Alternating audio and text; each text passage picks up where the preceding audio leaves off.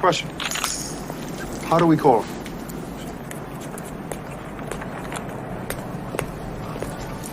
He gave us a signal.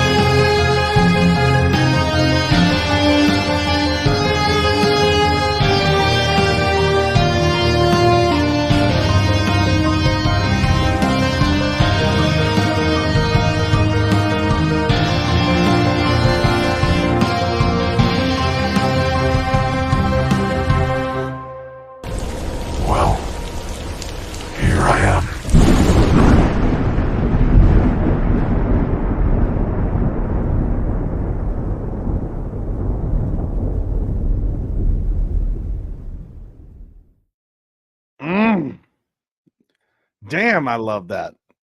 It is so good to be with you guys tonight. We are live once again, my fellow Gotham Guardians and Arkham adversaries in a Batcave far, far away. Maybe in a different universe than normal. Maybe a multiverse. Maybe a Marvelverse. I don't know. We'll figure it out. But tonight, we're going to be talking about one of the biggest movies in box office history, Deadpool and Wolverine.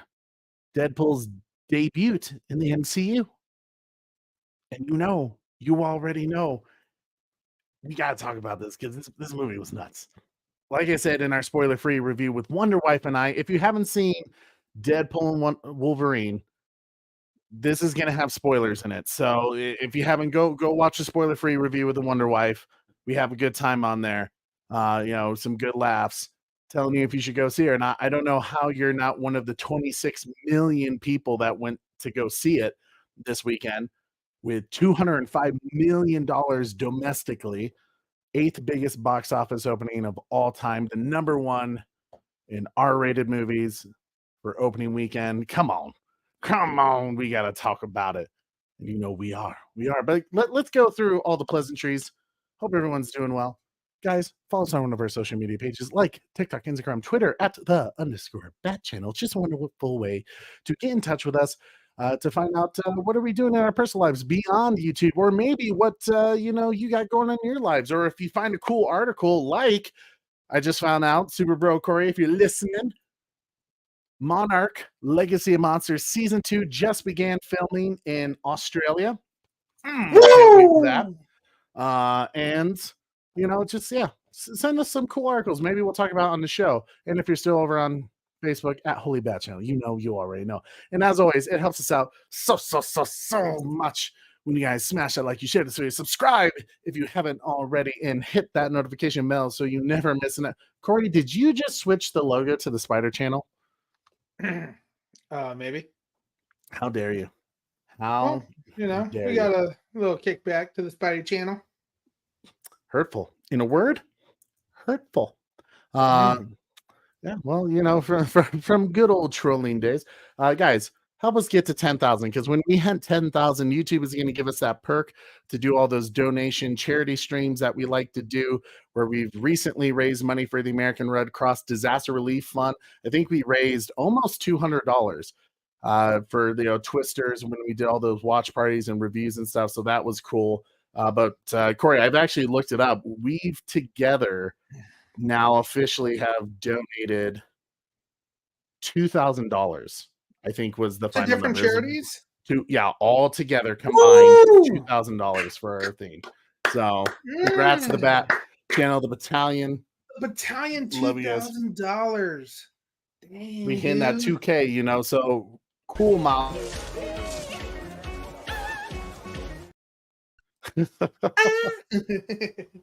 Much love, guys. Thank you so much for helping us get there and to make a difference on our YouTube channel, where it's just not about entertainment or having fun. It's about helping people too. So I appreciate y'all being here for that. But Corey, I already see some super chats along the way. Can you give us some shout outs for the people?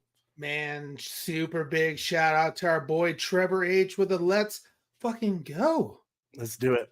He was super excited about, Trey, we were talking about backstage, and I was like, hey, yo, I think we should play the countdown. And you're like, yeah, that sounds good. And boy, am I glad we did, because it got people in the mood, Trey. You already know. I'm in the mood to talk about this movie too. So much fun. So seriously, so much fun. We'll talk about our theatrical experience in a moment. But Corey, can you play Trevor H a little some? Say thank you for that $5 super chat supporting the Bat Channel as always. Trevor H, I appreciate you, brother. Thank you. Hello. I know, right? Whose balls did I have to fondle to get my very own movie? I can't tell you, but it does rhyme with Pulverine. Pulverine, man, talk about a movie in the making. Years, man, years. Corey, it didn't occur to me that Deadpool 2 came out freaking 8 years ago. Am I thinking about that? No, six years ago, I think 2018, right? It's crazy. 6 years just from the last Deadpool movie, but it's really been like close to 10 years. I mean, honestly, if you go back to, Wolverine Origins, it was really then that we were waiting for a true Deadpool and Wolverine, not the sewn mouth shut thing that they did, so it's crazy. Batman's thoughts also coming down with a $5 super chat saying, I think we owe Gunny Poo an apology for all the times we called him a liar. He never lied about anything. All he did was make educated wishes. I do remember you texting me that. That's hilarious. I do love that. That's priceless. Corey, can you play Bat Dance Thoughts a little something to say thank you? Maximum effort from Guinea Pig. Maximum effort.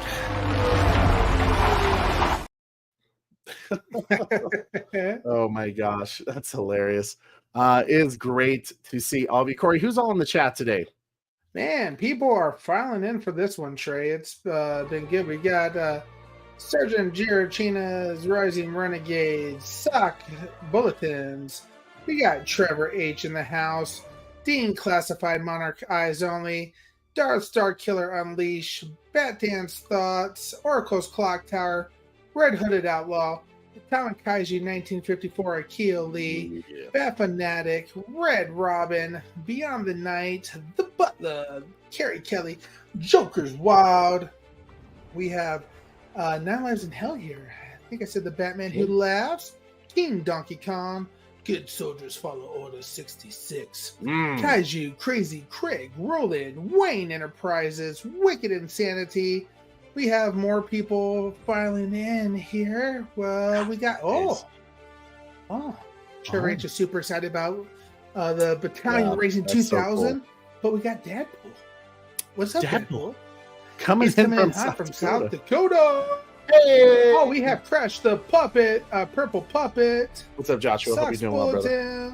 We got people filing in left and right. We can't thank you enough for coming to this show.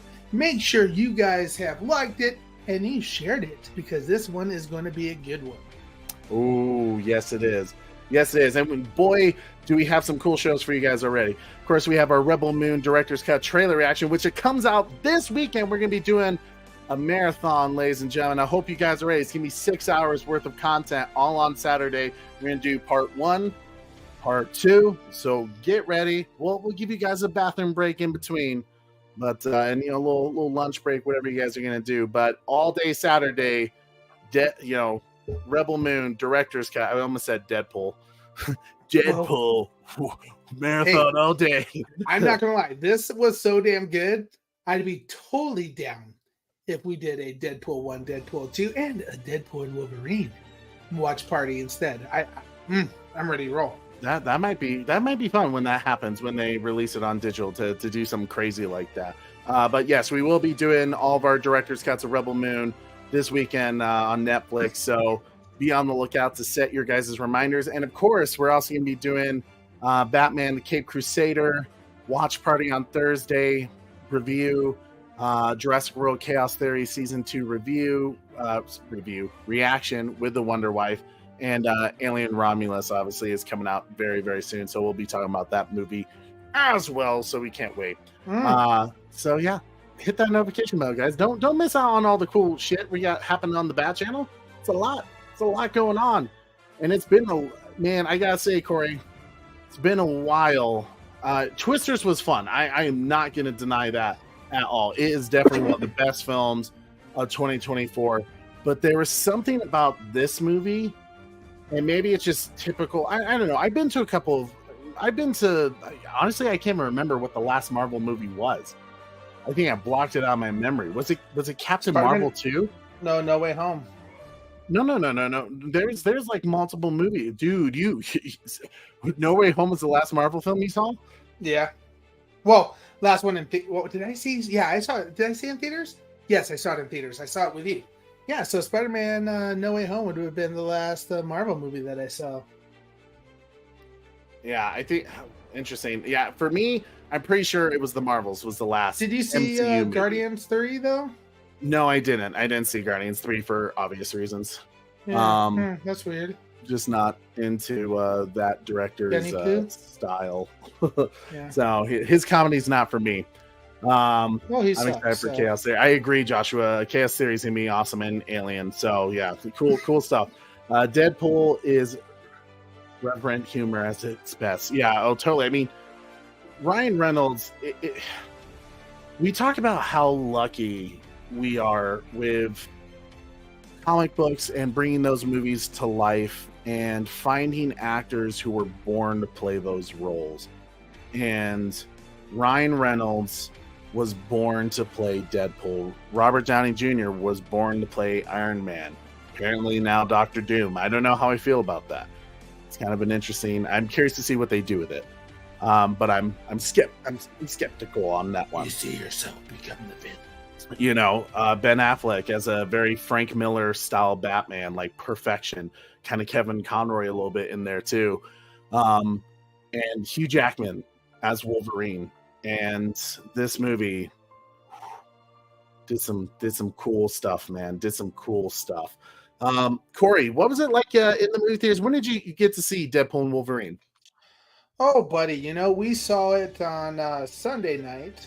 We took Deadpool and Super Bat Mom to go see it.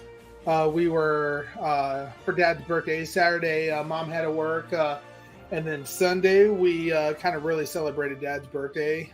We made a fantastic a German dish that Dad hasn't had in a long time. That took hours upon hours to make, and that's nice of you. Oh yeah, we did the German pork and potato dumplings, and we made the potato dumplings from scratch. The pork was Berkshire pork tenderloins,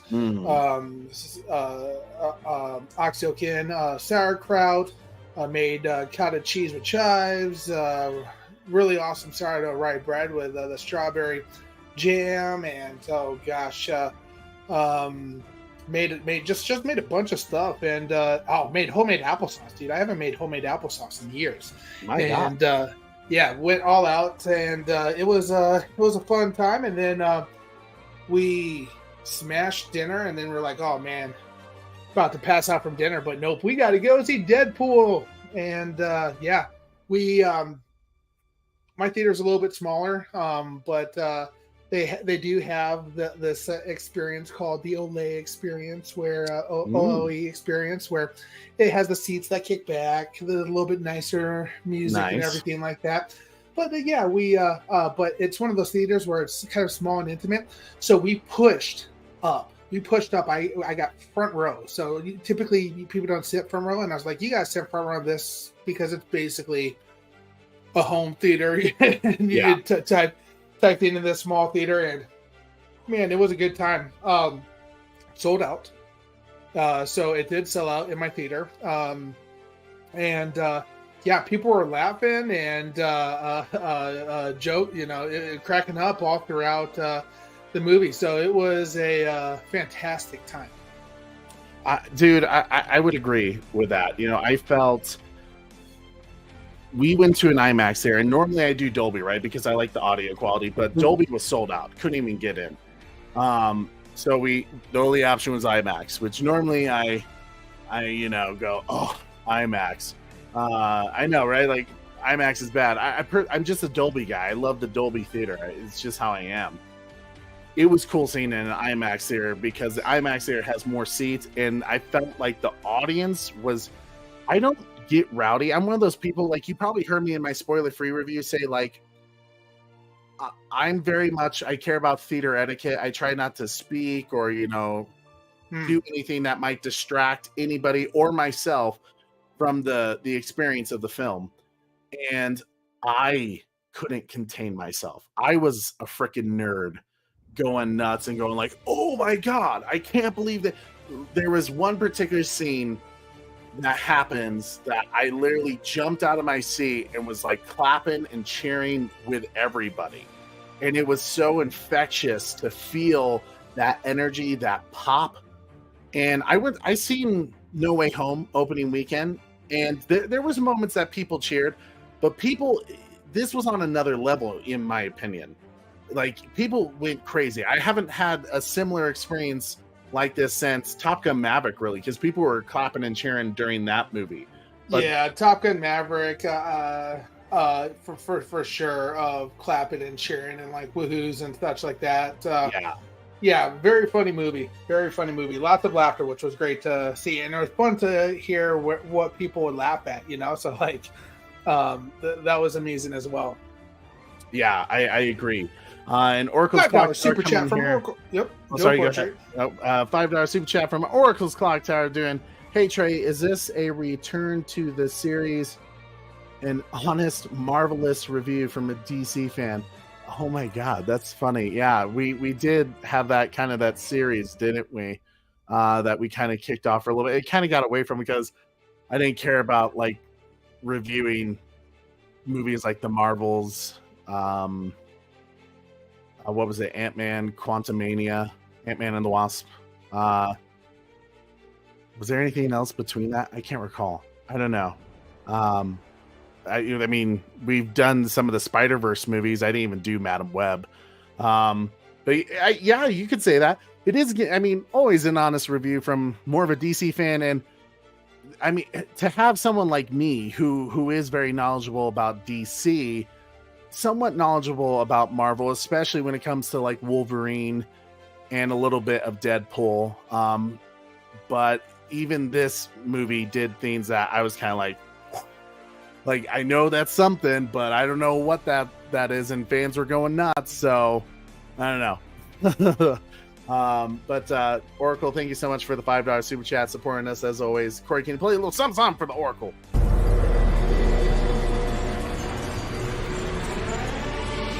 Shit. Did I leave the stove on? Corey, you're killing it on the super chats, man.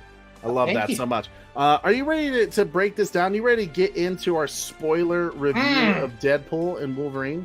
Mm-hmm. Damn right I am. All right, guys. So if you have not seen this movie, here is your spoiler warning. It's not just a signal. It's a warning. All right. As always, the first thing we talk about when it comes to movies, that is always the most important part. It's the story, right? You always come at it from a story angle.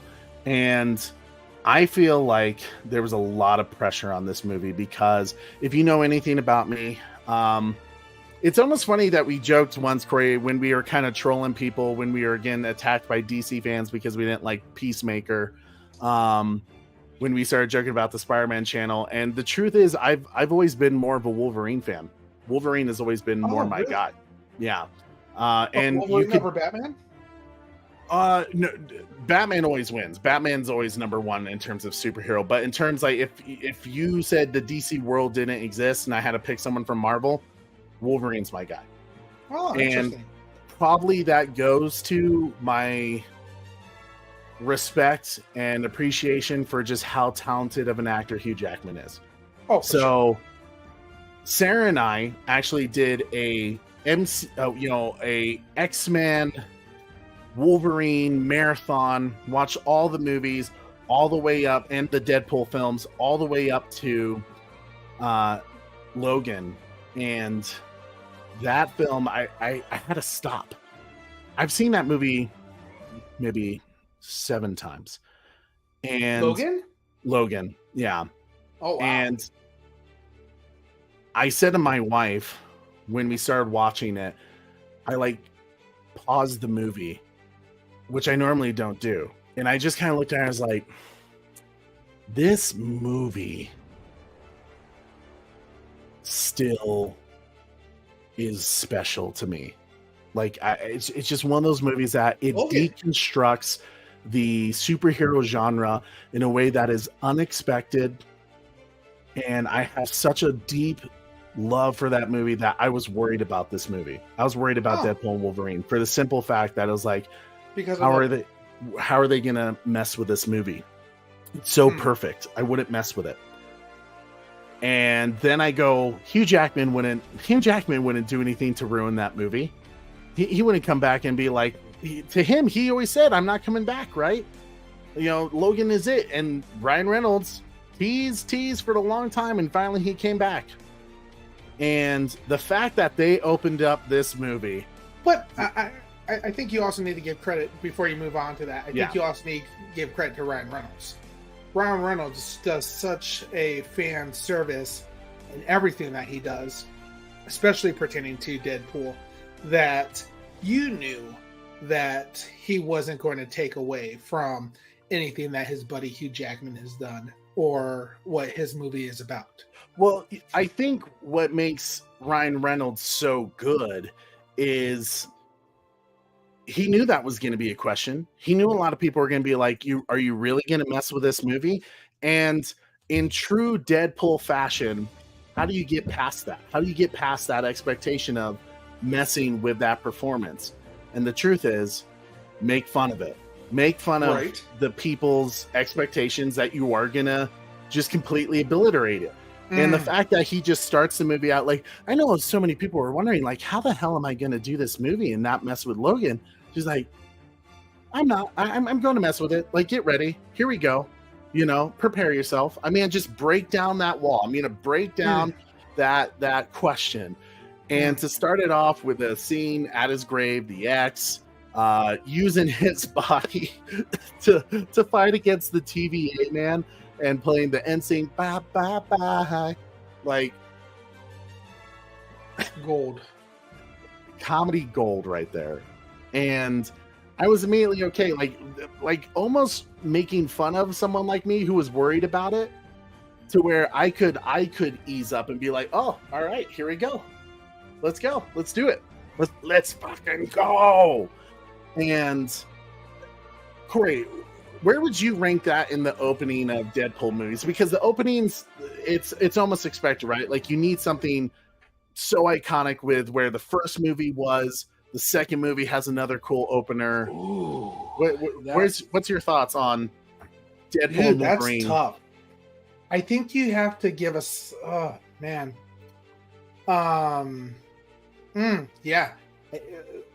I love the first movie opening scene. So number one is amazing. So I have to go that route. You know, I always have a tendency to go with the origin story. But that said, using Wolverine's corpse and skeleton to take out all these guys, it was hilarious. So I think it was a good way to show people that everything's going to be okay, that Logan is still Logan in his universe, and not going to mess with that. And I love, I know we'll talk about it a little bit later, but I love what they do with Wolverine in this movie as well. So great opening scene. It was like, we got so much just killing and everything like that right from the get-go. And him dancing they already around dropped 2 F-bombs in the first 5 minutes of the movie. Kind of, for the introduction of Deadpool finally coming to Disney Marvel, it was very much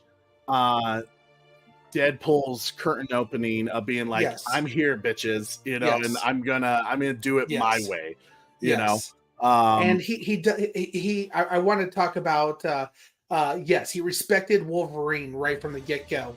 So I think there's some things that I want to touch on in a second. I think we're gonna get there. Well, I guess I should say, Corey, like we're not gonna go like break it down scene by scene like we typically do. So if there's moments in the stories that you really want to pull from, like go ahead, speak it. So then on the opposite side of paying respect to Wolverine, I was also curious with this becoming, Deadpool is becoming Marvel now. Typically when we see Marvel acquire something, what happens? Andrew Garfield goes bye-bye, all these the girlfriend goes bye-bye, they recast everybody and such like that. So are they going to carry over the original cast and crew, is one thing that I was wondering. And I loved that he even made fun of that as well. Like how they were like, oh yeah, welcome Deadpool to, the Marvel Cinematic Universe, and you get your pick of all these wonderful characters. Oh, and by the way, everything that you loved in the previous movies are going to be destroyed. So, but you get what you've always wanted, which is Wolverine and Captain America, and we're gonna spend some money on you. And I loved seeing the conflict there because in reality, it was life imitating, art imitating life in some ways because. Technically Disney just cuts everybody. They recast everybody.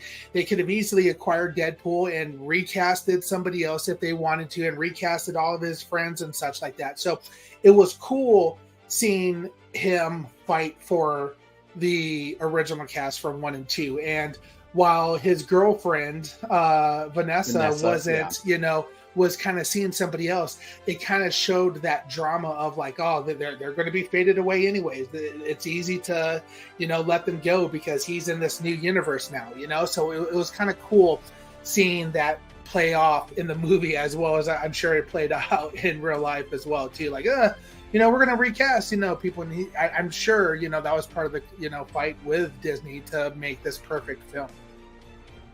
Yeah, I agree. And in a lot of ways, we've seen, and I want to preface this real quick because you and I have talked about No Way Home. We talked about how incredible that movie was. Yeah. Especially bringing back Toby, Andrew.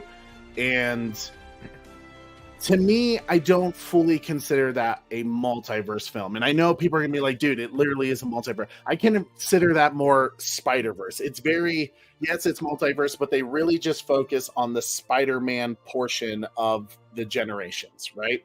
There's nothing else really to it. This movie, we've seen Multiverse of Madness with Doctor Strange. We've seen kind of the Marvels play with it a little bit. You saw Ant-Man and the Wasp, Quantumania kind of play with it a little bit. This film, we've seen Marvel, basically, I'm trying to say, time and time again, fail at trying to do this multiverse saga that they got going on. And to me, this was a film that nailed it. They got it right. And it was fan servicey. And that's okay sometimes when it's done purposeful. Because what this movie was really trying to convey, and I feel like the growing theme of Deadpool and Wolverine was not so much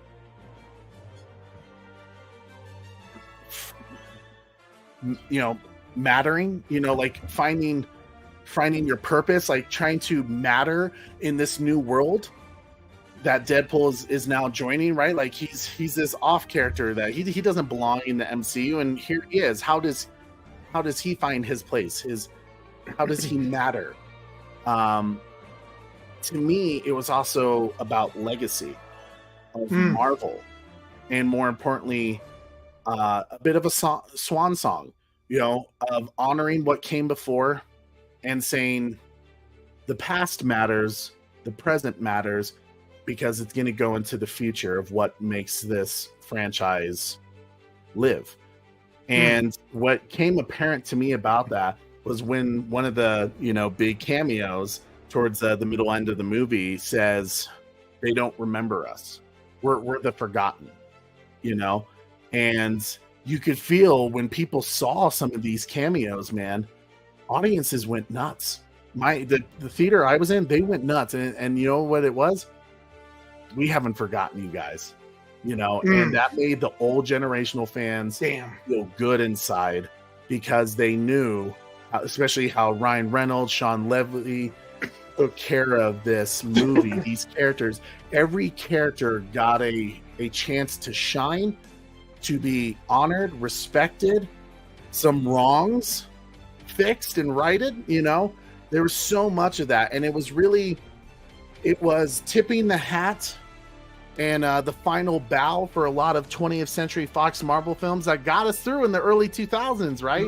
With those first X-Men movies, and beyond that, with the other big movies that we loved, and don't get enough credit because of how big the MCU got with the initial Infinity Saga. And I appreciated that so much. This was truly honoring the past, the present, and embracing the future of what to come, but still keeping the generations on the shoulder. They're tagging along to ride for us, and I appreciated that so much. I loved that about this particular story. What was your thoughts, Corey? Do you get that sense too from the theme? Because I've heard Shawn Levy say they couldn't quite crack the code on this story when they were pitching it to Marvel, and it wasn't until Hugh Jackman called them up and said, "Hey, I want to come back," that they're like, "Okay, we found the why," and the why is having these characters together, pushing the story through. What's your thoughts on that? I'll answer that in 1 second, Trey, because we have a $5 super chat from Red Hooded Outlaw. He says, "Remember us," he said to me. Remember us, he said to me. I like that. Yeah, that's exactly what it was. Yeah, totally, dude. That's cool, Red Hood Outlaw. $5 super chat. Thank you, sir, for supporting the Bat Channel. Corey can play Red Hooded Outlaw, a little something. Say I thank know you. exactly what I want to play for Red Hood Outlaw. This one's for you, Red Hood Outlaw.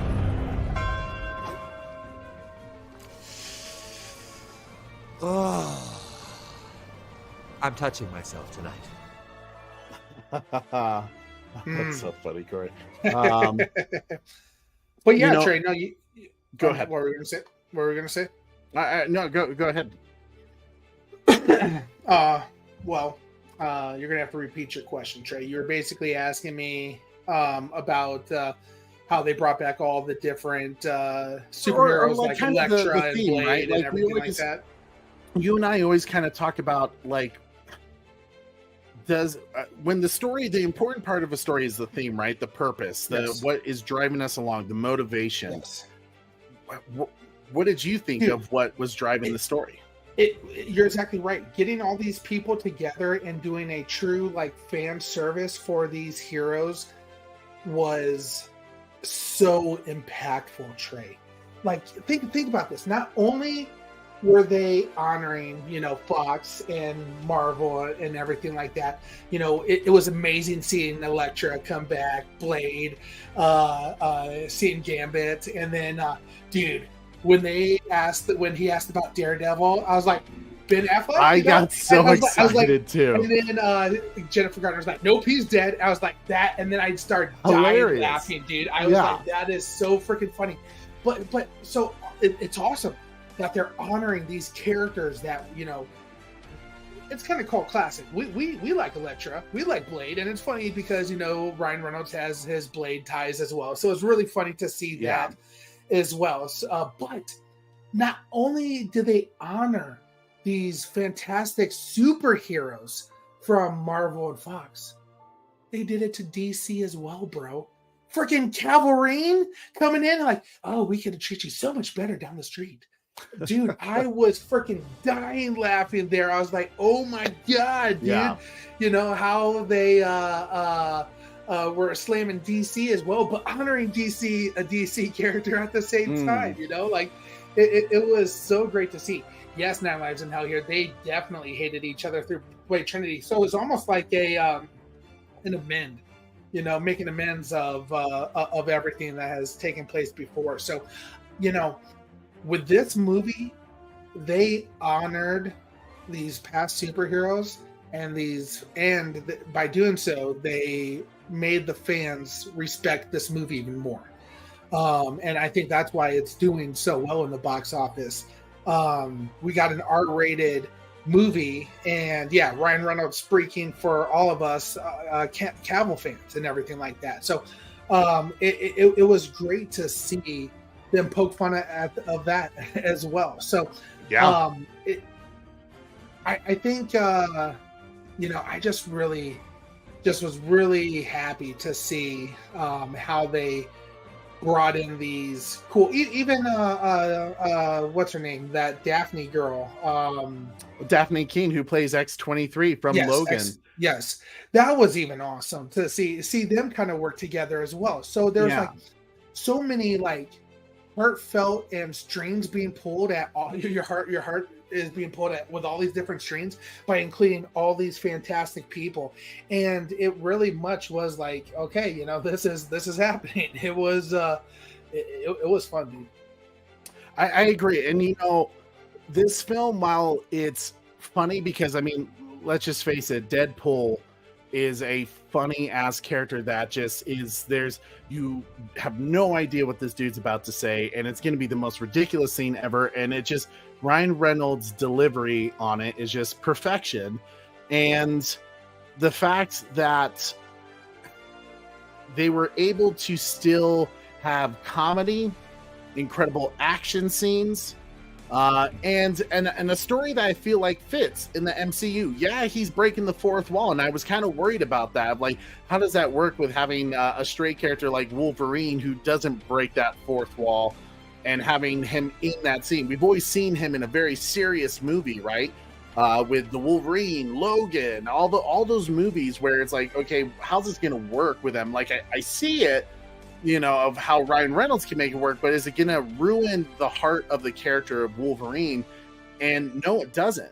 He's still a tragic character. He's still going through similar things. And I think a lot of what helps that is the understanding that having a character like Daphne Keane, X-23, we know how important she is to Logan's legacy, and she brings that element to him. She's, she knows that this variant isn't her Logan, and it kind of pulls at you a little bit as a generational standpoint, but also in pushing this other variant to aspire to be the Wolverine she knows he can be.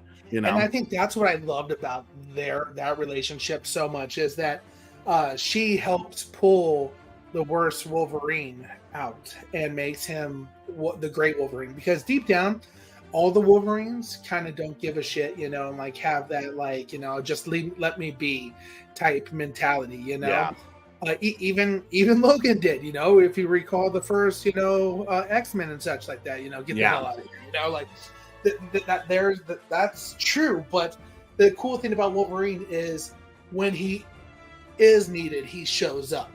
And in one movie, bro, Ryan Reynolds was able to show all the depthness of Wolverine in a single freaking movie, dude. Like, how amazing of a writer, director, producer, everything like that, like, it just shows you how well Ryan Reynolds, Hugh Jackman understand these characters and understand these stories. Mm-hmm. I wish that people who write these types of stories and are creators of these different types of stories had this much knowledge and love for their characters, and how much, and truly understand how the fans care about these characters. Like, I know I keep bringing it up, but look what they did to The Acolyte.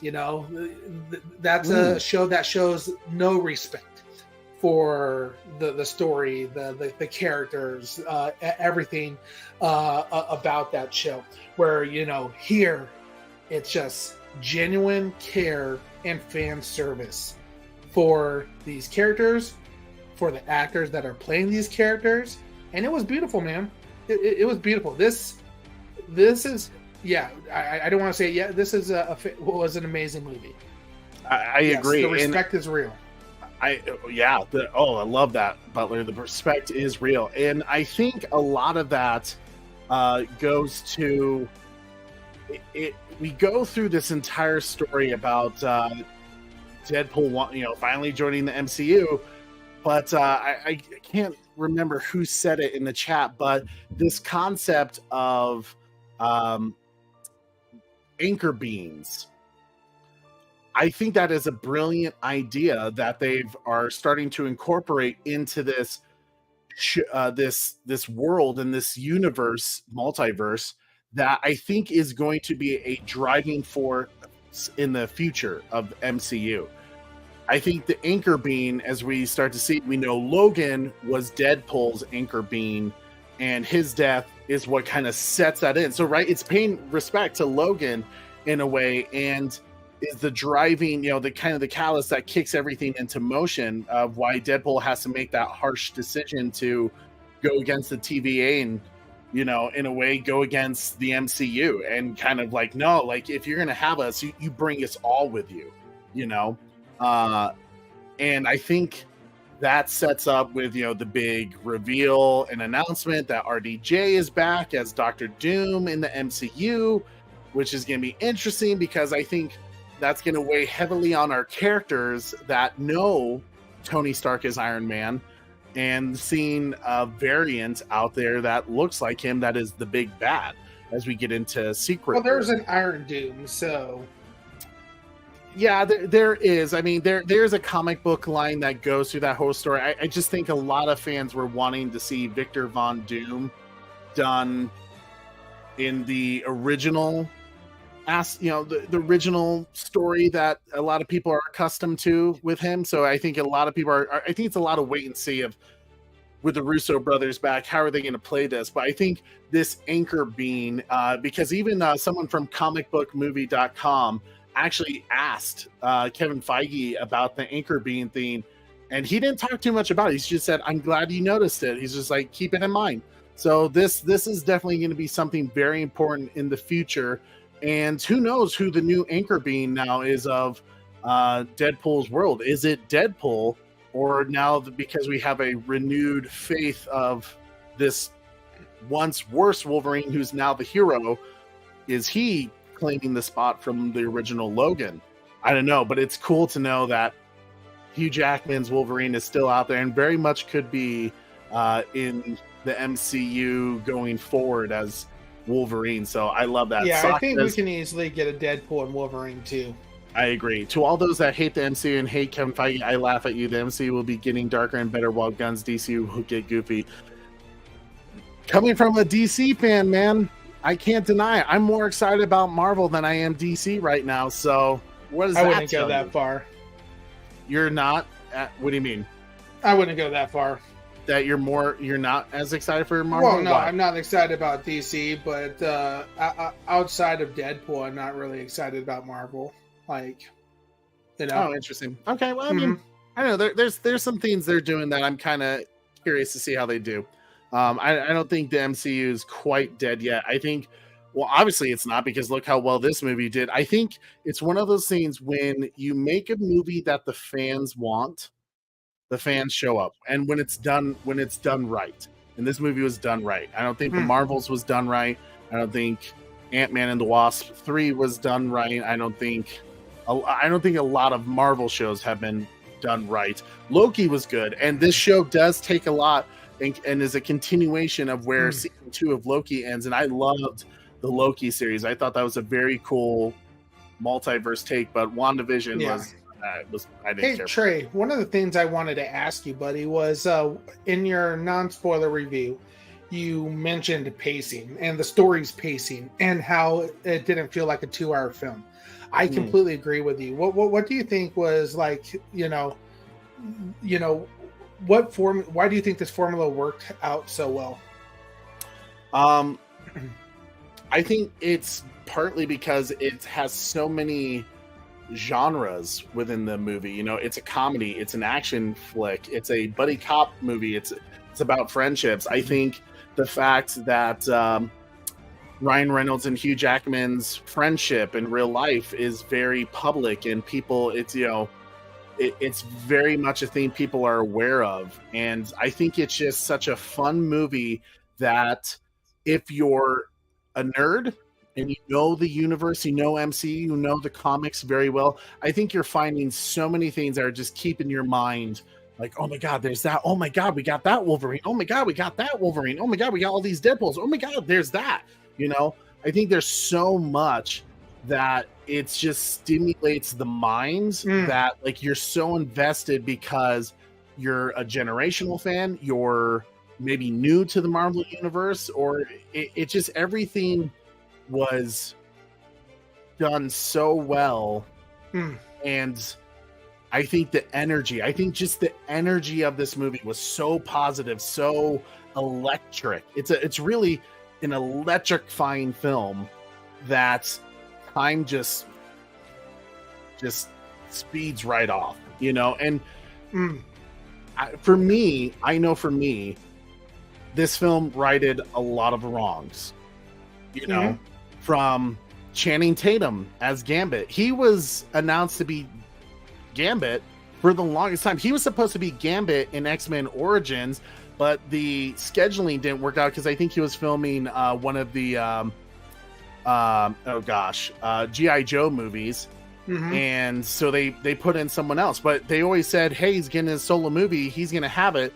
And then they, you know, 20th Century Fox's Marvel film started to go downhill, and they're like, we're gonna cut that, you know. Here he is, you know, and he was wonderful in it. He was hilarious. His you know, Boondocks Cajun accent was fantastic. And with a little bit, my name is Jeff, you know. My name is Jeff. My name is Gambit. That's what when you do hashtag my name is Gambit. Hey, dude, I completely agree with you. The vibes and just how quickly this movie moved. It did not feel like 2 hours. It was the fastest movie that I recall seeing in a while, dude. The twists and turns of the movie, the fights, the non-fights, the jokes. And one of the great things about Ryan Reynolds is he is such a you know, like, he's deep, man. Like, like, being a comedian, he understands the depth of everything. And by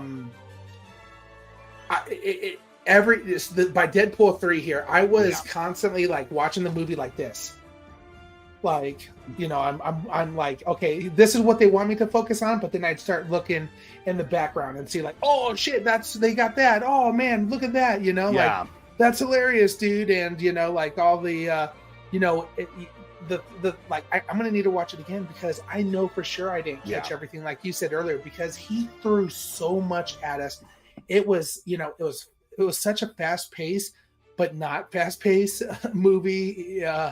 If that makes any sense, the pacing was just so great with this movie. And like you said, Corey, there was so much deeper meanings to it, even within the jokes, right? Like how if you are like really into the entertainment world, then you got a little bit more out of this movie than probably some people did, because like Jennifer Garner, like Corey said, you know, when they're like, yeah, we have a fourth member on the team, we didn't realize they were talking about Chris Evans, Johnny Storm, right?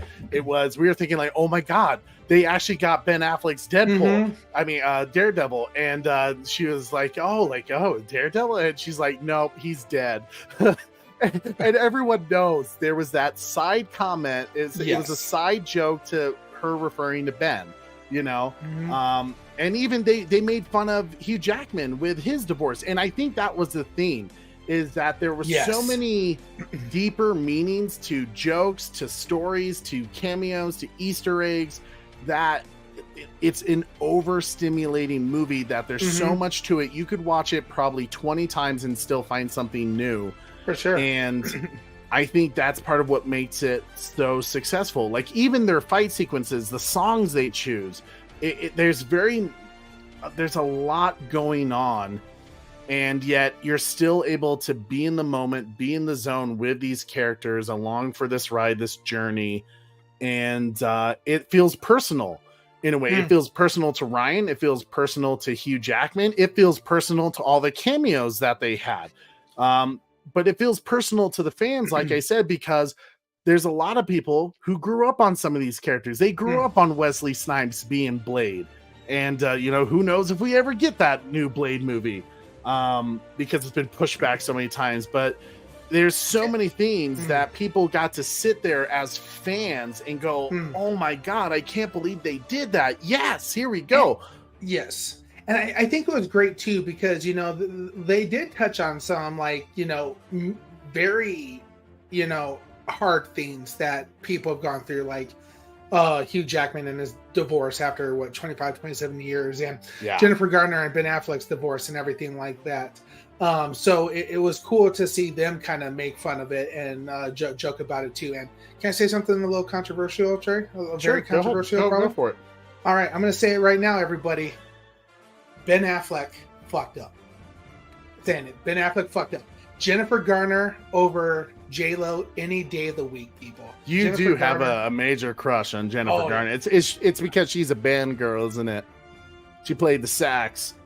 Maybe. No, she's just like such a wholesome girl, dude. Like, I don't follow very many actors and actresses on social media, but Jennifer Garner is one that I follow. Like, I just adore her so much. Like, Ben Affleck fucked up with that one. So idiot, like, is she seeing anybody right now? Jennifer Garner, call me.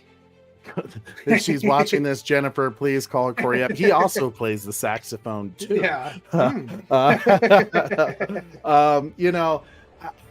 I will say there was something in particular, and I think I was reading someone say in the chat. I think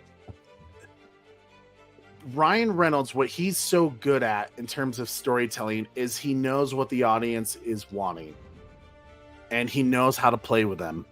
He knows how to taunt them and tease them. I think, as who said it, 9 Lives in Hell in here, with that scene when he's building up, right? He's so good at suspense and building up to that moment that when Deadpool first sees the TVA and he's seeing all the Avengers, the MCU, and he sees Captain America and he's like, yes, Chris Evans.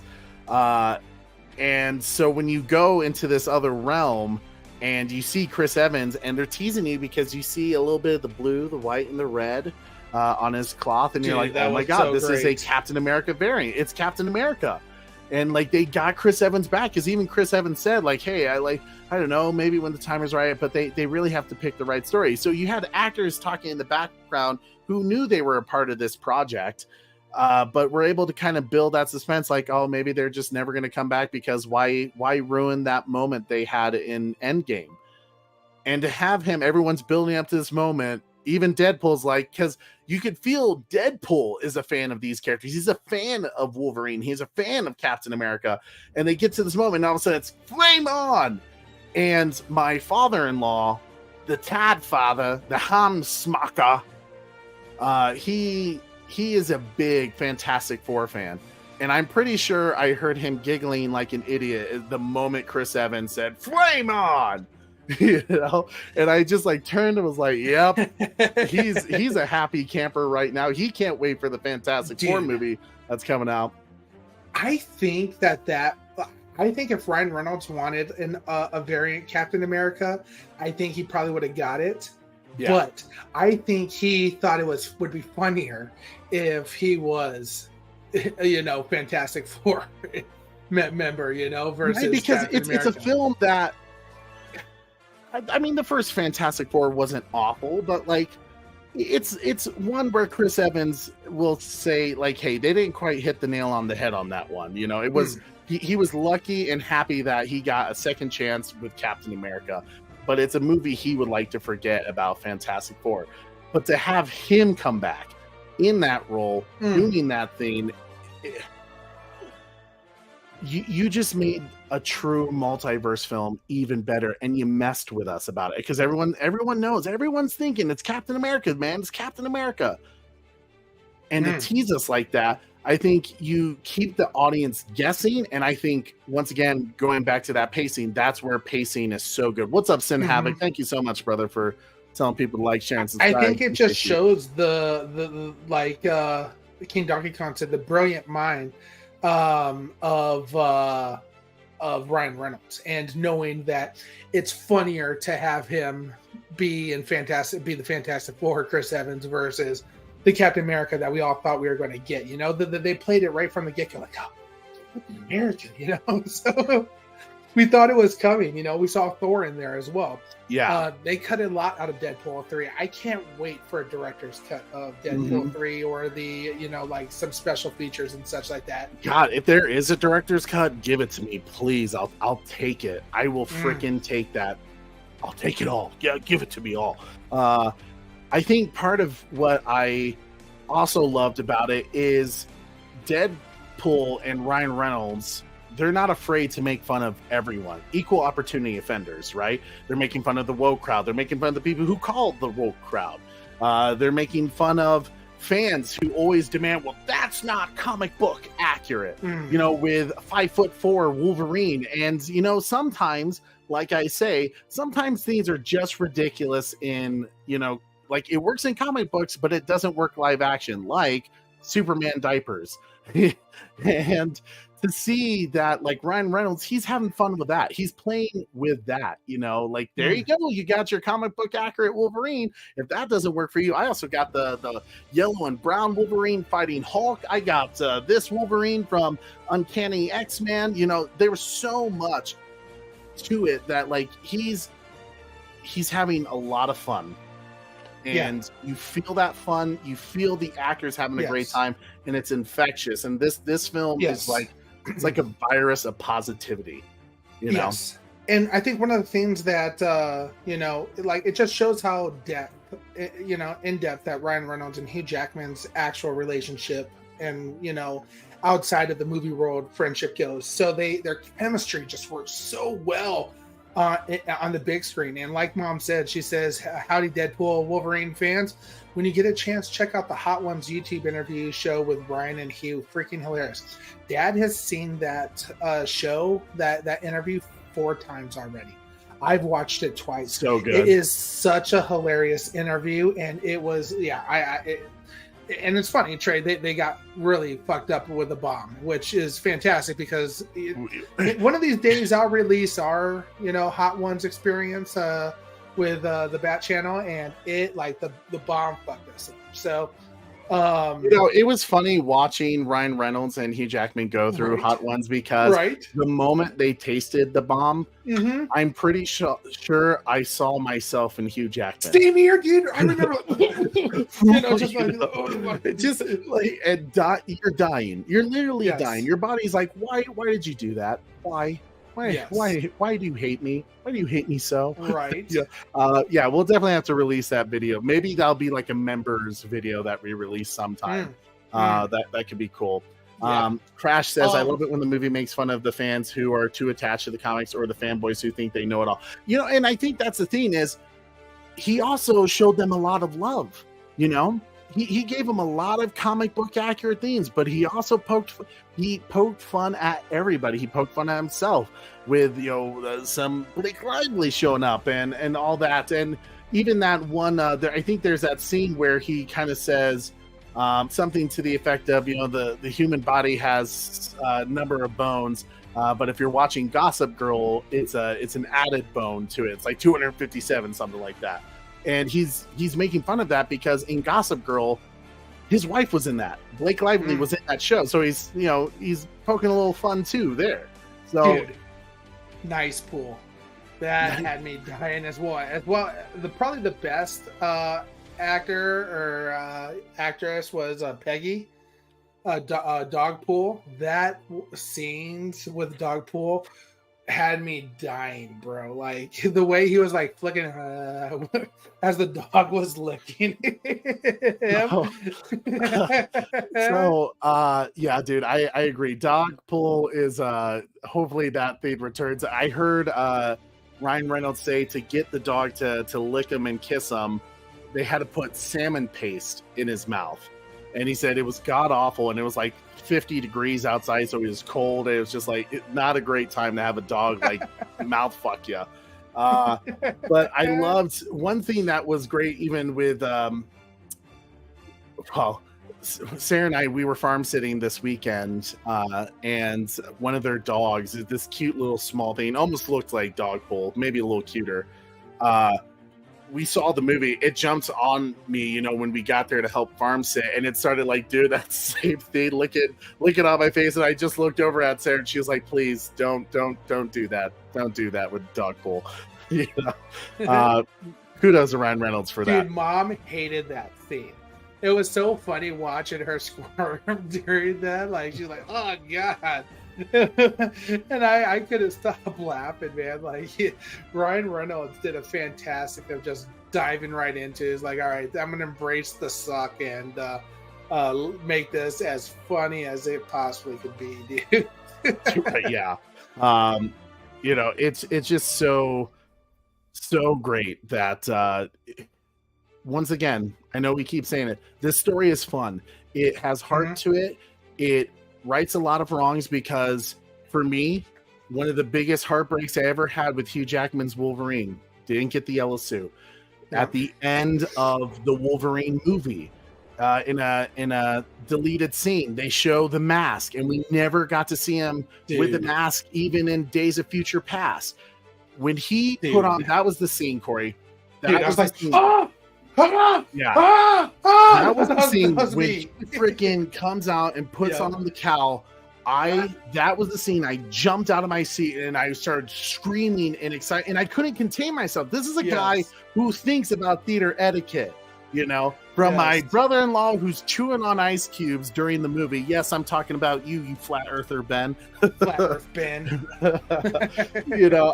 And looking at the movie, I couldn't contain myself to jump out of my seat and be like, go, we got it. We freaking got it. And you know what? It was worth it. And it wasn't a quick thing. It wasn't like after the fight scene, they took it off and you could see Hugh's face again. He kept it on for the rest of the time he had that suit on. And thank you, Ryan. I said this in my tweet after I saw the movie getting out of the theater. I tweeted at Hugh Jackman and Ryan Reynolds. I said, thank you. Like, thank you for righting some wrongs, because if we lived in a world where Hugh Jackman never finished that, never got that for us, it would have hurt. It would have been a stain on the legacy. Could you? So thank you. But you knew it was coming, bro.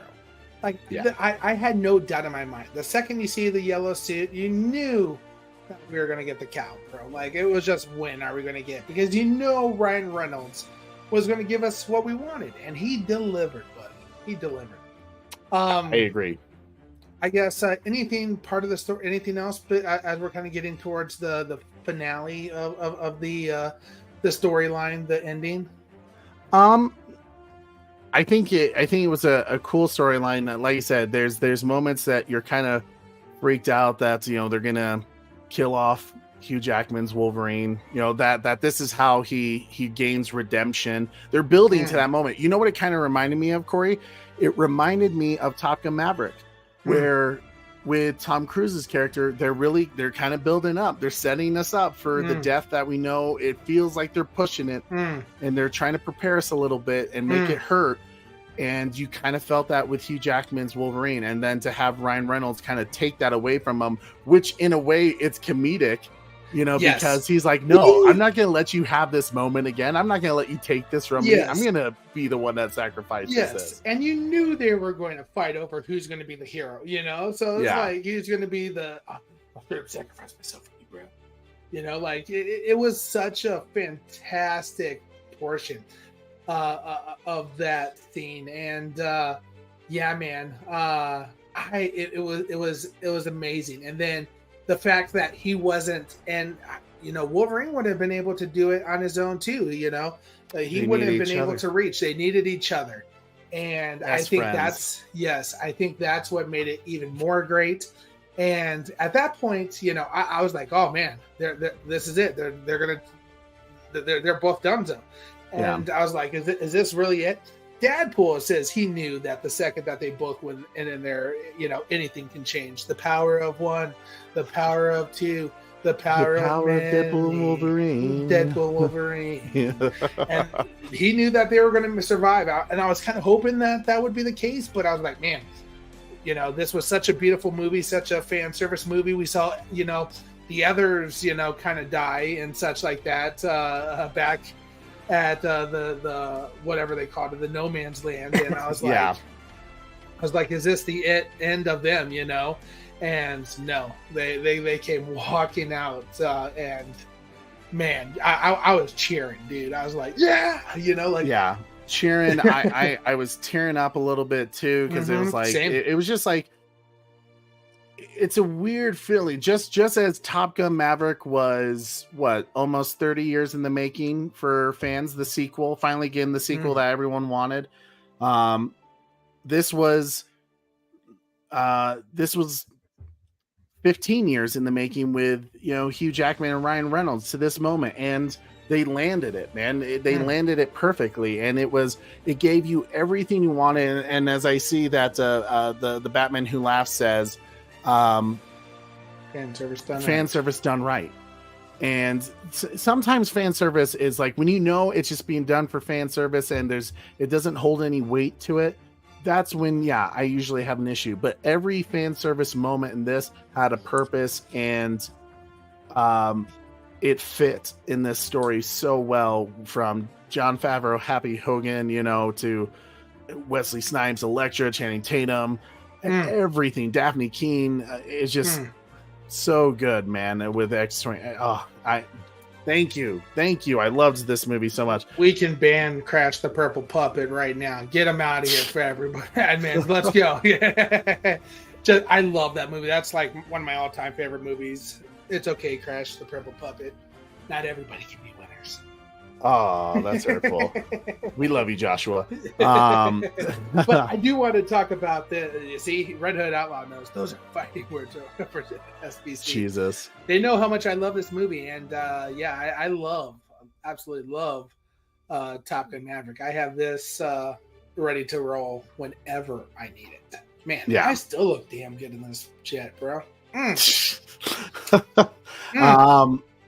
Yeah, man, wonderful story. I think it was done well, executed well. I think it was the right story to tell, and worthy of the legacy of Marvel fans before the MCU was even a thing. And definitely worth Hugh Jackman's legacy as Wolverine, nonetheless. So, Corey, I feel like we've kind of already talked about, but just quickly talk about the cast.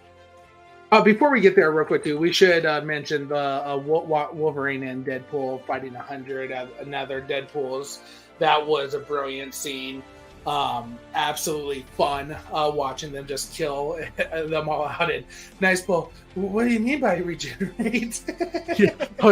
With Nice Bull? Oh, that poor bastard. With the fact that they got Blake Lively to voice Lady Pool. They even had his soccer team, Deadpool, the cowboy Deadpool, who I think was voiced by Matthew McConaughey, if I read correctly. There was just so many cool little themes there that seeing Wolverine just go through. And I don't know, Corey, if you've seen it, but Shawn Levy, who was the director of Deadpool and Wolverine, he actually released the reaction video of Hugh Jackman watching that scene for the first time. And boy, did it feel like I was watching it there with him, because I was having the same giddy reaction of just fanboying the hell out, as he's tearing through all the Deadpools, right. And it's pure perfection. And the fact that when they all start to regenerate and the battle's going to continue on, the one thing that saves them is Peter Pool. Oh my God. Peter Pool, I'll never let anything happen to you, Sugar Bear. Yes, dude, Peter Pool. We all have Peters. We all have Peters. I'll let you have fun sharing my Peter, dude. God, that man. it's so like perfect too, because like, what is the one thing that would stop all Deadpools from fighting? It would definitely be someone like Peter, or even Dopender or some crazy shit like that. So, or Spider-Man. Yeah, Dude, just a fun movie, man. I loved the villain, Cassandra Nova, who is the sister of Charles Xavier, which I know is from one of the Marvel comic lines, and that's a cool storyline. And I dug it. I thought she was a formidable foe, ferocious and scary, especially when you know everything she can do, and not having a Magneto helmet to protect you from. So I loved that she wasn't even really the main villain. The main villain was Mr. Paradox, with the TVA, who's kind of going rogue. He's not listening to what the current management plans are with how to deal with the different threads of the multiverse. He's wanting wiping them out. So it fits in the MCU. It holds its ground with what came before in 20th Century Fox and the X-Men universe. And I just can't say enough great things about how they executed it. I think they just, thank God they let Ryan Reynolds do what he wanted to do with it, because if the studio interfered like we know some other studios do, or just sometimes what we've heard about the MCU with, hey, no, you gotta stay within this realm. You can't go past PG-13. You can't let them do this. You can't let them do that. You gotta stay within our storyline so it fits in the MCU. It felt like the chains were off of Ryan Reynolds, Shawn Levy, and Hugh Jackman. They could do what they wanted to do. They could do what needed to be done to give us what we wanted. And it didn't feel like they ever said no. And I'm glad they didn't, So, yeah. Anything more you want to say about the story, Corey? Well done. Just well done all the way around. All right, cast real quick. We'll go through the cast. We always talk about the cast performances. Man, the star of the movie, Dogpool. Definitely Dogpool. That's all I'm going to say. I actually wondered if his tongue actually hung out all the time, Trey, and I looked it up, and I guess it does. That dog's tongue, that's its dog's real tongue. It was voted as like the most ugliest dog in Britain, and I think the dog's actual name is like Peggy. It was like voted the ugliest dog in Britain, and it's that's sad. Yeah. Though, that dog you guarantee that dog's a celebrity now. Everyone loves Dogpool. You know what? And Mom, I know you say you find it gross, but I'm a fan of Dogpool. Forget Jennifer Garner returning as Elektra. Forget Wesley Snipes, who hates Ryan Reynolds ever since Blade Trinity. Forget Daphne Keane coming back as X-23. Forget them all. Right. Forget Chris Evans. The star of the show, Corey, is Dogpool. I'm just saying. I love me some Elektra. You got problems, Corey. You're gonna have to fix that fast. Corey, was there? I mean, obviously, from other than clearly Hugh Jackman and Ryan Reynolds, who are obviously the stars of the movie, and of course they're the ones to shine, especially with Hugh Jackman returning after so long. Was there anyone in particular that like really stood out to you and was like, oh, this was cool? Like they did a great job. Ooh.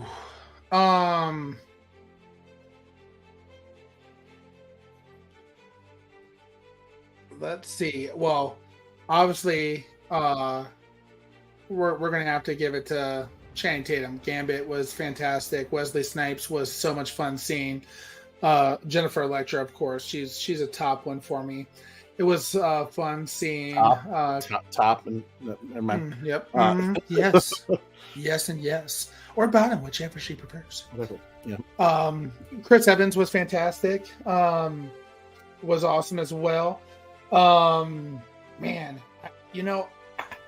I did like seeing the original cast again as well. Vanessa, of course. Yukio was great. She was back, Peter, Rob Delaney's character was fantastic. It was fun seeing him happy as well too. That was a very cool cameo, and I kind of liked. He's like, hey, like maybe it's just not your time, to be part of the Avengers. Like, but we'll call you if anything comes up, which we know Secret Wars is coming up. I have a feeling that they're saving us for that. Yes. I agree with you, dude. I was a little heartbroken that Morena Baccarin didn't have a bigger role because I love her as Vanessa, and I love her chemistry with Ryan Reynolds. Me too. But at the same time, I think it was important to the story. Like you said, he's trying to find purpose. He's trying to matter to the world, and I think having that a part of the relationship, I think to have her involved in it, you almost have way too much going on, and it changes the focus of the story. So this while was she Deadpool wasn't, and Wolverine. Yeah, she's been in the first two, and this was Ryan Reynolds trying to save her from Disney casting a new girlfriend and everything like that. So killing off that world. So I think they still did it well. And I think that maybe in the future, Deadpool Wolverine, we could see, maybe when they start to give up, or like not give up, but like move on, type thing, then they can finally go off to being happy together, because that's eventually, where they'll go. I mean, Hugh Jackman. She's a superhero too in the comics, so if they wanted to go that route, they could start to introduce that if they want to give her a more prominent role for sure. So definitely has to disclose that. Kind of the same. Colossus literally had one line in that and singing "Happy Birthday." That's all you need. He had his moment in Deadpool too. They had their bro moment, their little bromance for sure. Corey, let's talk about the cameos. I know we kind of already brought it up, but there's one in particular that I feel like you and I especially want to talk about, and simply put, Wolverine. How'd you feel about that, big fella? Dude, man, that was so amazing, dude. That was. Tell me your reaction. Were you expecting that at all? No. I was literally like, I'm watching it and I'm watching him go through all these, and you got the little small, like, comically you're, accurate to, Wolverine, with the short Wolverine. And I'm laughing as he's going around trying to find his Wolverine. And then, man, all of a sudden you see Wolverine, and I was like, what? It was like, holy shit, dude. I was freaking out. I was like, and it's funny because I was freaking out, and mom and dad did like that. That's one that they missed. So they missed that was Henry Cavill there. So I had to explain that to him afterwards. And when he's like, no, this could be great. I like this so much better. Actually, when he was trying to flip sides and be like, forget Hugh Jackman, I want Wolverine. He's just like, I just want to say, this just feels right. Yes, yes. And I was loving it so much. And he's like, we could treat you so much better than that studio down the street. Yeah. I was like, oh man, they're slamming DC as well now.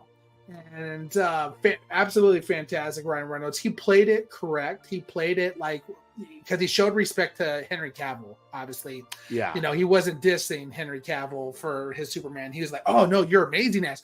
Like, really, isn't that kind of funny that he like that's the brilliant mind of Ryan Reynolds, bro. They recasted Henry Cavill as Superman, and we're it's not looking too hot.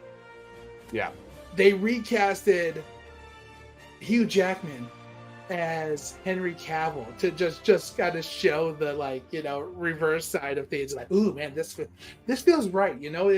Like the playing off of like actual shit that's happening in the real world that Ryan Reynolds is again able to make fun of. Like, hey, you got recasted. Like, hey, we'll take better care of you over at the MCU than stupid DC. I was loving it, dude. Like, it's all probably a part of a bigger plan, but we could get into that later. But I was freaking out when Henry Cavill showed up, dude. It was so funny, man. Yeah, I agree. It was, I heard rumors that there was something about Wolverine But to me, it just seemed like fan art. You know how like fans like who should be the next Wolverine after Hugh Jackman, and of course Henry Cavill comes up because he's just a strong, bulky looking dude. Who could definitely he has the range, right? He could play the character. But I always said like, there's no way they'll ever get Henry Cavill to be Wolverine because Henry Cavill has always said, "How do you get better than Superman?" Like you don't. He's the most iconic superhero there is. So obviously when DC does their stupid stuff with Gunn, so the moment I saw the back of that Wolverine, I knew right then and there, I was like, that's not Hugh. That dude is shredded and he is monstrous looking. And to see him turn and holy hell, it is Henry Cavill. All I could think was, Ryan Reynolds, you mad freaking genius, and to make that little comment towards, DC and Warner Brothers, like, bravo, good sir. And you know what? I agree. Henry, though it's Hugh Jackman's role, and I don't want it for you. I want to see you back at something else. You already know. I will say, in another universe, you probably made a really kick-ass Wolverine. Well, you did make a kick-ass Wolverine. I dug it, man. But to me, Hugh Jackman is still Wolverine. So, much love, dude. Yeah. The new Super, it's like garbage, straight up garbage. Yeah, it's not looking good, Joshua. But hey, to each their own. For those who like Superman in red underwear, congrats. Yeah, Cavill would be perfect as Captain Britain. Yeah, I still don't see him doing that. I know a lot of people think he'd be great, but I don't see him picking a lesser role like that either. Like that's not Superman level quality there. Or Yeah, I mean, Wolverine's up there, but still, yeah. I don't even know if Wolverine's up there. Wolverine's up there because of Hugh Jackman. Well, he definitely lifted the character. Yeah, that's all I'll say about the cast. I think the fact that they gave everyone a chance to shine, the cameos to Wesley Snipes wasn't just in there for a minute to make one line and kill him off. Hell, even Chris Evans as Johnny Storm wasn't in there just to say hello and bye. He was in it for a couple of minutes, and you thought he was going to be a prominent role, and then they shredded him and used him as the post credit, which was phenomenal. Corey, what do you think about that post credit? Oh gosh, did you say?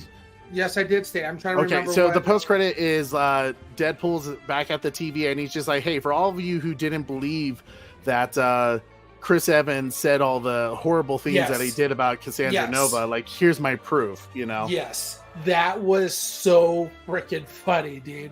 And how he was just looking at the camera and like, oh, yeah, that was so great, dude.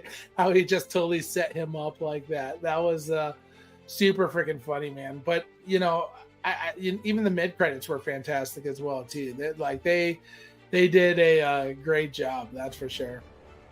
Yeah, I agree.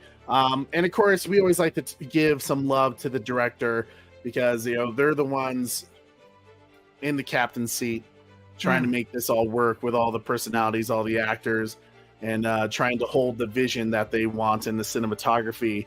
And Shawn Levy, he's grown a real great partnership with him and Ryan Reynolds with all the movies they've worked on in the past. And I just gotta say, kudos once again, dude. Like, you nailed it.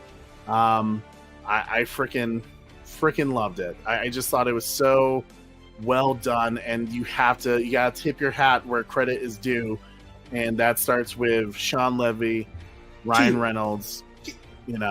Yes, absolute huge shout out to him as a director. Shawn Levy, like, when after I got done watching Deadpool and Wolverine, I was like, man, who was I don't know all the directors that well, so like Shawn Levy sounded familiar, and I was like, what else has he done that I've seen? And then I looked it up, And I'm like, yes, of course he's done a lot of stuff with Ryan Reynolds. The biggest one for me being the Adam Project. Loved that movie. He was a producer there as well as a producer for the Free Guy as well, which is fantastic.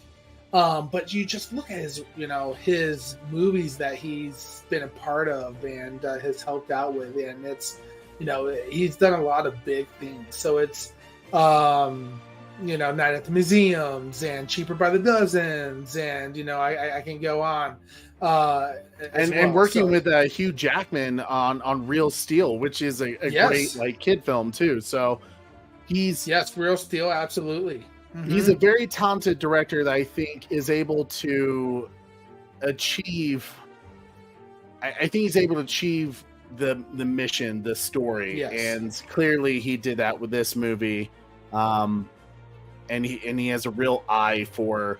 I think, as we know from what Zack Snyder, Christopher Nolan, and a lot of big directors have said, part of it is working with the studios and the producers to, negotiate and to achieve your vision. So whatever he did to talk with Kevin Feige and Marvel and Disney, more importantly, to get this movie done in the way that it needed to be, perfection. This dude deserves a lot of the credit to the success of this movie, and kudos to him, man. Seriously, brilliant work. Now, Corey, let's get to the part that everyone's been waiting for. The score of Deadpool and Wolverine. Is this, so far, good sir, your number one movie of the year? Wow, Trey. Yeah. I guess what I would say is, what an amazing job Ryan Reynolds did with this movie. He brought it, and he delivered on every aspect. The story, the respect of characters, the respect of old characters, the respect of new characters. I was just so impressed with this film. I literally thought to myself, because I'm not a big Marvel guy, Endgame was okay, I'm not really, I don't know, there's something just off about Marvel movies to me. And I think they often kill comedy. They kill it with comedy sometimes, where they have such a beautiful moment and they feel like they have to ruin it with comedy. I mean, Deadpool's a bit of a different story because that is the character that is very much who he is, but we've seen them. Deadpool in a lot of cases has more heart than a lot of those MCU films. Yes, absolutely. So this is by far the best Marvel movie I think I've ever seen. I can't think of another Marvel movie that I liked more. And I love the first Thor. I'm a Thor guy. I do love Thor, and I love Deadpool. So, but they made Thor into just weird, and mind you, I'm not counting, the X-Men series and the Wolverine, because I did enjoy, those movies as well. Especially, what was that movie, Trey, called? X-Men 3, The Final... The Last Stand. I hate you still for that. Still rude. The only one who can't stand in Last Stand is going to die, Trey. I remember making that call right before we went to see that movie, and then boom. I was like, oh, shit. And that's when we started our movie predictions, Trey. Just give your score, man. Man, so... we've seen some great movies this year so far, and one being Twisters. Loved Twisters. And I rated Twisters a 10, and I still stand by that score, Twisters as a 10. This movie did an amazing job. Caught me in all the feels, had me tearing up, had me dying laughing. And I'm right there with you, Trey. I tried to be movie theater appropriate, but I was laughing hard. and you know, just like having trouble breathing with laughing so hard sometimes. And then the way they were doing, you know, Elektra, my girl Jennifer Garner, and everything like that, I have to rate it a 10, Trey. This movie was fantastic. It's a 10 for me. They did everything right. Ryan Reynolds, kudos to you. Hugh Jackman is back as Wolverine. This gave me everything that I wanted, and yes, a giant 10 for this movie. And saying that, Trey, as you're trying to, you know, calculate your score and everything like that, I just want to say how awesome it is this year of 2024. And being that we've gotten some huge summer blockbusters already. We've seen Twisters, we've seen, you know, Deadpool Wolverine, and I'm looking forward to some of the, you know, we have friggin' Rebel Moon coming around the corner as well too. So it's like the extended cut. So there's, you know, a lot of good stuff going on, and I'm happy to be here watching it with you guys. So 10 for me, Deadpool and Wolverine. Shit. Which one is my favorite movie out of the two? I guess we'll have to find out that later on this year or end of year review. Ooh, Corey's already holding on to it. Shit, my score. You were surprised I scored it that high, huh? Yeah, I was. Actually, I was really surprised. Yeah, I know, dude. I fucking Ryan Reynolds had me dying laughing. Like my gut was hurting after the end. Yeah. Like I said in our spoiler-free review, I don't recall having that much fun in a movie theater in a very long time. In fact, I think this may have been the most fun I had because the audience was so electric. I mean, Godzilla King of the Monsters, that was like a nerdgasm for me as well as a Godzilla fan, but the audience doesn't quite react. Godzilla audiences don't quite react the way Marvel fans do, or comic book fans, I should say. And I've been to opening weekend for Marvel films, for Infinity War, for Endgame, for other big Marvel movies like No Way Home, and there was something different about this movie. Maybe it's because the last few of Marvel's films have been duds. Multiverse done right is the what the slogan should be. Deadpool and Wolverine, multiverse done right. Yeah. And I do think out of every multiverse film we've ever gotten from DC with The Flash, hell, I'd even put in the TV series with, you know, the CW verse when they did the Crisis on Infinite Earths, you know, and all the cool cameos they did there, to all the multiverse saga that we've gotten with the MCU, with the Spider-Verse. I do think it's one of the best multiverse films ever made. I'm going to give it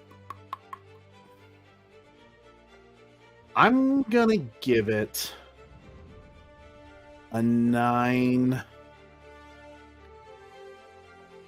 Okay. Here's my one complaint. You ready for my one complaint, Corey? I'm waiting for it. All right. So I thought, and I know I'm going to get beat up for this. Oh, shit. I thought the Wolverine scene when he puts on the mask and they start chopping away and they have that one long shot of them just wiping out through the 100 Deadpool variants, right? Uh-huh. I was a little disappointed with the choreography with it. I thought the cinematography of it was cool. Really? I was paying very close attention to Hugh Jackman's Wolverine because I was just in awe of him being in his suit and with the mask.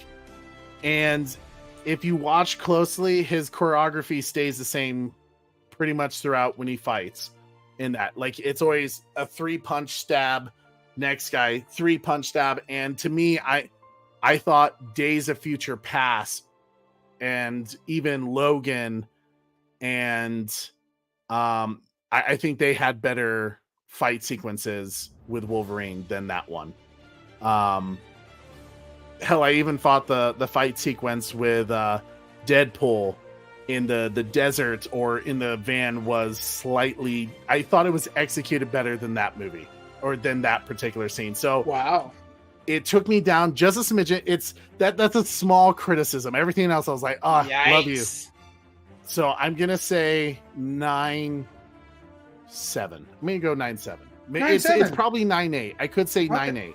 Just give it the 9.8. I'll give it a 9.8. How about that? Perfect. Too late. You already scored it at 9.7. No, that's interesting, and I guess I didn't realize how much he loved Wolverine until now. And I've seen a lot of memes and GIFs lately, and I think I finally understand, Trey, why you like Wolverine so much. And especially you like when Wolverine wears the cowl, and this would be why. When Wolverine's cowl, it's two Batmans kissing. Damn it, Corey, you figured me out. You know, here's the problem with that. Batman's kissing. Because someone showed me that meme a long time ago, I can never not unsee that when I see Wolverine have his cowl on. See this? I can't unsee it. Two Batman's kissing. Oh my god. Jesus. Oh my god, maybe that's how they should bring that up in Deadpool Wolverine 2. Two Batman's kissing. Oh my. Why not? No, I've always liked Wolverine because you know me, I like tragic characters. I like characters that feel the world is against them, and like no matter what they do, they just can't win, but yet they keep getting up, they keep fighting. And to me, that's what inspires me about them is, you know, I think you have so many superheroes who are like, I am a hero. I am the hero. I am here to save the day. And I love those characters that are like, I'm just trying my fucking best, you know, just trying to do right. And sometimes it doesn't always work. And I love that. I love the realism of that, man. Yes, that's what's so great about Deadpool and Wolverine. You know, like they have a rough life and they just do their best. Not all roses with their characters. So yeah, man. No. Well, it's like, you know, Hugh Jackman's Wolverine has said, you know, I'm very good at doing bad things, and you know the things I do aren't very nice. Absolutely. So I mean, yeah, I love Wolverine. Wolverine's always, I mean, see, I even have comics, so I can't say that about everybody. Yeah. Great job on your score though, Trey. Yeah, I'm very proud. Corey, what's the rest of the crowd saying for score? Yeah, let's take a look here. Oracle's Clock Tower with a 9.6. 9.5 from Red Hooded Outlaw. 9.9 from Crash the Purple Puppet. Damn Trey coming in hot. LOL. 9.7 out of 10 from Beyond the Night. A 9.4 from The Butler. A 10 from Sox Bulletins. A 9.69 from Carrie Kelly. A 9.5 from Joker's Wild. Did she say why she gave it a 6.9 this round? Because what was it last time? What was the movie that we watched that they were like 6.9? Twister. Oh yeah, Twister's when we did. If you feel it. Oh, Jesus. Yeah, 9.69 from 9 Lives in Hell here. Maybe they like Ryan Reynolds and Hugh Jackman. Yep, of course. So Hugh's abs. Hugh's abs. 9.8 from Trevor H. 9.5 from excuse me, I have a frog in my throat. 9.5 from Wayne Enterprises.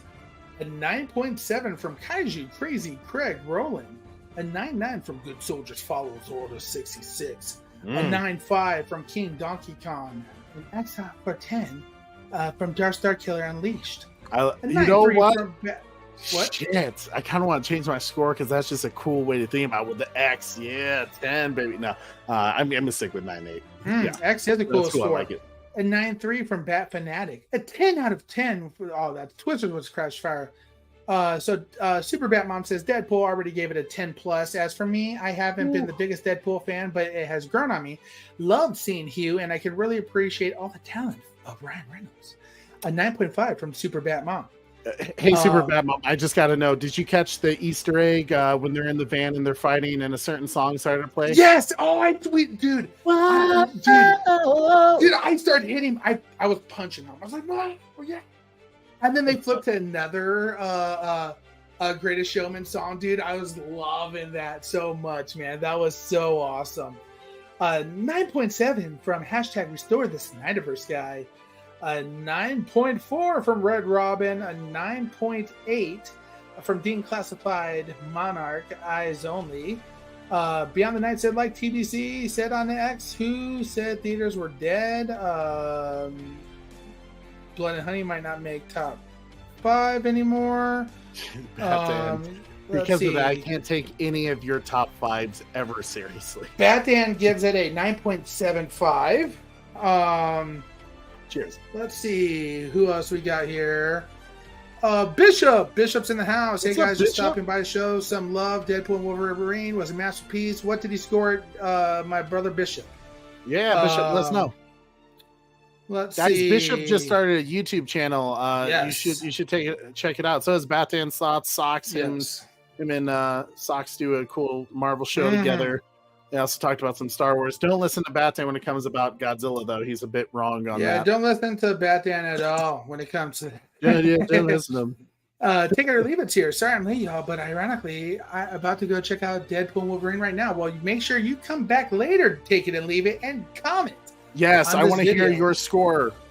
You know, when you see it, come back and comment. The Bishop gave it a 9.9. Woo! I love the X. Yep. I do. Yeah, the X is perfect. cool, Darth. Oracle Oh, said, I gosh. love The Greatest Showman. Mom said, yes, she absolutely caught that. Dreams. Wow, Trey, Yes. why are you throwing shades at my opinions? I thought the Bad Channel respected all opinions except for those who believe in Blood and Honey being a top 5 list. Oh, well, actually, what was the movie that? Well, then again, I rather watch Blood and Honey over the Acolyte. So I'll give you that one, Bad. Whoa! Make the Super Channel, do it, or maybe we'll do the X Channel. I want to play that definitely theme come back now, and talk. Trey. Sweet, take it. I'm looking forward to it, dude. I'm curious to hear your thoughts. I thought it was great. I know there's some people out there that the movie probably went over their head because, their boyfriend forced them, or their comic book spouse forced them to go see it, and they Crush the don't Purple understand a single Puppet may thing. have created a YouTube channel. I'll have to check that out. Dude, if they had Storm in it, that would have been insane, man. That's hilarious, Joshua. Should I create a YouTube channel? Yeah, Crash. If you're thinking about, dude, go for it. If I'm reading correctly, should I create a? Yeah, go for it, bro. Yeah. Just be yourself. Have fun with it. Do it because you love it. But yeah, man, Deadpool Wolverine. Damn. I love this comment. To be To fair, be fair, I'd I'd sorry, go rather ahead. close the refrigerator door on my Johnson than rewatch the Act Night. So it's a low bar. Johnson! Oh yeah. Well, see, proof that not all Disney sucks because somehow Ryan Reynolds was able to convince Disney to STFU and let him do what he wants to do. So I'm glad to hear you guys really enjoyed it. We got some great shows coming up for you on the Bat Channel. Like tomorrow, you'll probably see the Jurassic World Chaos Theory Season 2 reaction from Wonder Wife and I.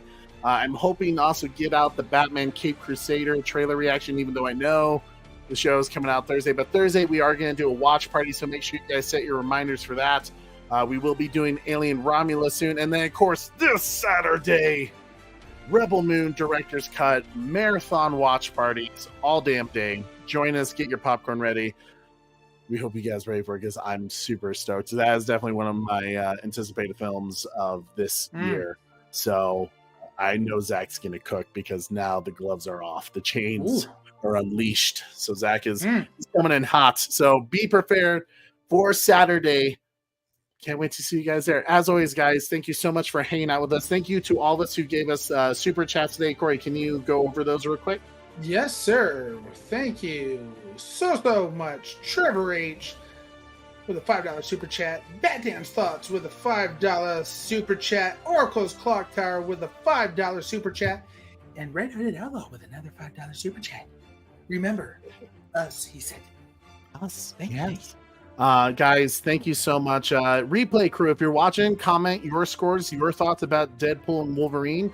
And let us know maybe where you're hoping they go in the future. Would love to hear your guys' thoughts. But once again, guys, we love you. Thank you so much for hanging out with us. Once again, the battalion, you guys are the best, helping us hit that 2K milestone for donations with all the charities we've helped out this year. So we love you guys. Thank you.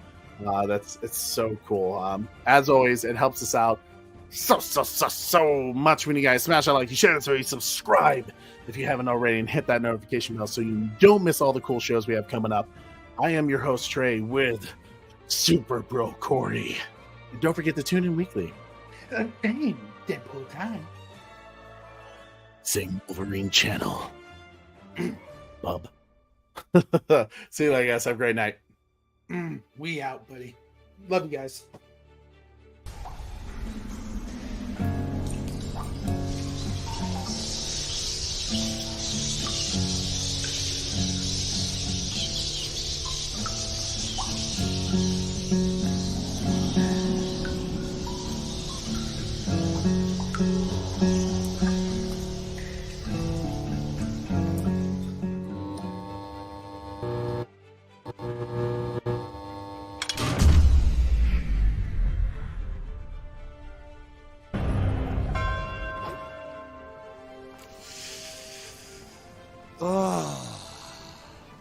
I'm touching myself tonight.